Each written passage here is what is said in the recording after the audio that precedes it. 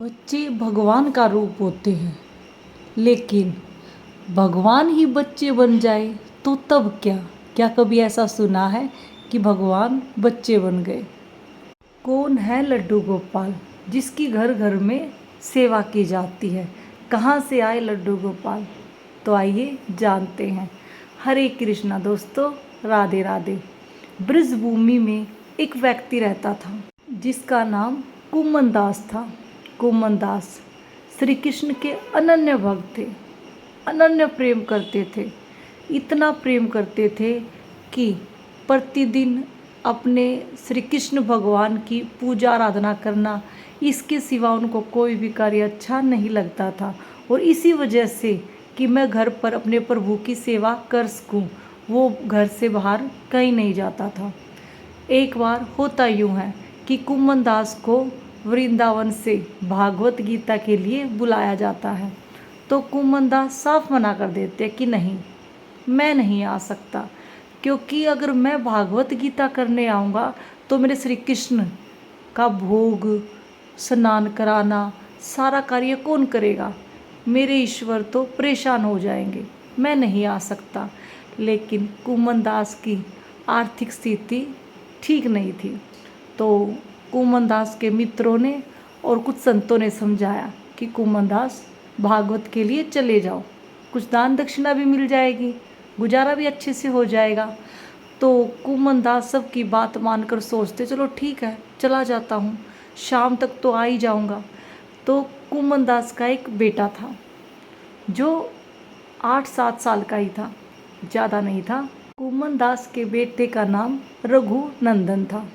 तो कुमन दास कहते हैं कि रघुनंदन, मैंने भोग तैयार कर दिया है, खीर हलवा सब कुछ बना दिया है, तुझे कुछ नहीं करना है, मैं जल्दी निकल रहा हूँ, सिर्फ श्री कृष्ण को स्नान भी करा दिया है, तुझे ये सारा भोग डालना है और 1 घंटे के बाद श्री कृष्ण को भोग लगा देना है, और बेटा मैं शाम तक आ जाऊँगा।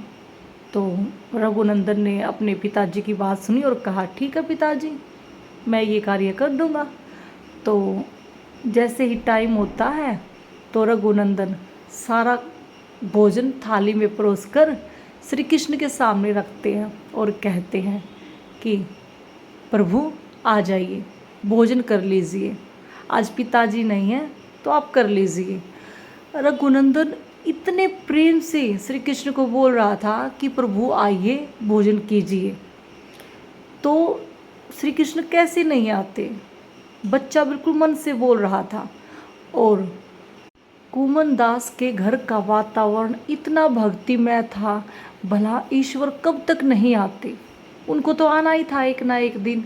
लेकिन जब कुमन दास के बेटे ने, रघुनंदन ने ऐसा कहा कि प्रभु आइए और भोजन कीजिए, तो श्री कृष्ण अपने आप को रोक नहीं पाते हैं। बच्चे को नहीं पता था कि ईश्वर साक्षात आकर भोजन करेंगे जैसे हम करते हैं, या वैसे ही भोग लगाना है। बच्चे को लगा, रघुनंदन को लगा जैसे ईश्वर आएंगे और जैसे हम भोजन करते हैं ऐसे ही करेंगे। तो ठाकुर जी साक्षात आए एक बच्चे के रूप में और वैसे ही भोजन किया जैसे हम करते, और सारा भोजन फिनिश ख़त्म कर दिया। तो जैसे ही अब शाम को कुमन दास आते हैं तो अपने बेटे रघुनंदन को कहते हैं कि बेटा जाओ प्रसाद लेकर आओ। तो रघुनंदन कहता है पिताजी कौन सा प्रसाद, वो भोग तो सारा ठाकुर जी ने खा लिया।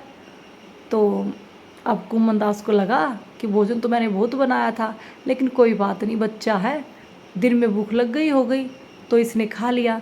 तो ऐसे ही चलते चलते कई दिन हो जाते हैं। तो अब कुमन दास को शक होता है कि बच्चा ऐसा क्यों बोल रहा है, और मैं तो बहुत सारा भोजन बना कर जाता हूँ, पूरियाँ, खीर, लड्डू सब बना के जाता हूँ। तो एक दिन कुमन दास क्या करते, सारा भोजन तैयार कर देते और कहते बेटा मैं भागवत गीता के लिए जा रहा हूँ। तो कुमन दास के बेटे ने कहा, रघुनंदन ने कहा ठीक है पिताजी। वो प्रतिदिन की तरह भोजन डालकर थाली में परोस कर जैसे ही ठाकुर जी को भोग लगाता है तो कहता कि ठाकुर जी आइए और भोजन ग्रहण कीजिए। तो कुमनदास अब एक खिड़की से छिपकर देख रहे थे। आप विश्वास नहीं करोगे कि ठाकुर जी एक बाल रूप में आते हैं और भोजन खाने लग जाते हैं।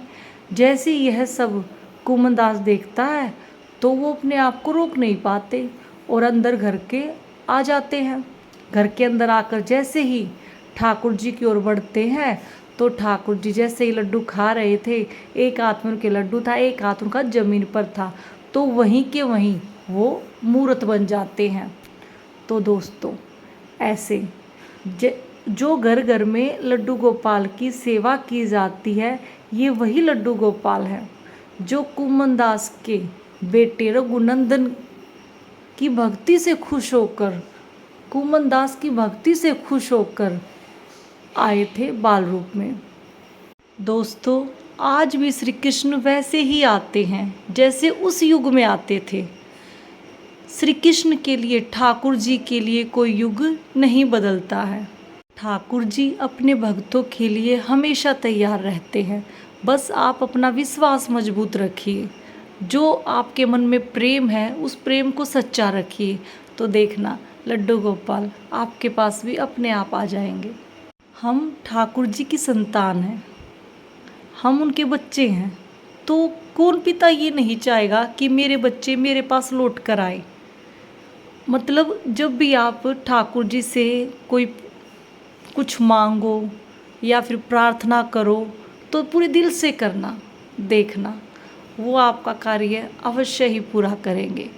क्योंकि जितना प्रेम हम उनसे करते हैं उससे कहीं ज़्यादा प्रेम ठाकुर जी हमसे करते हैं। हरे कृष्णा।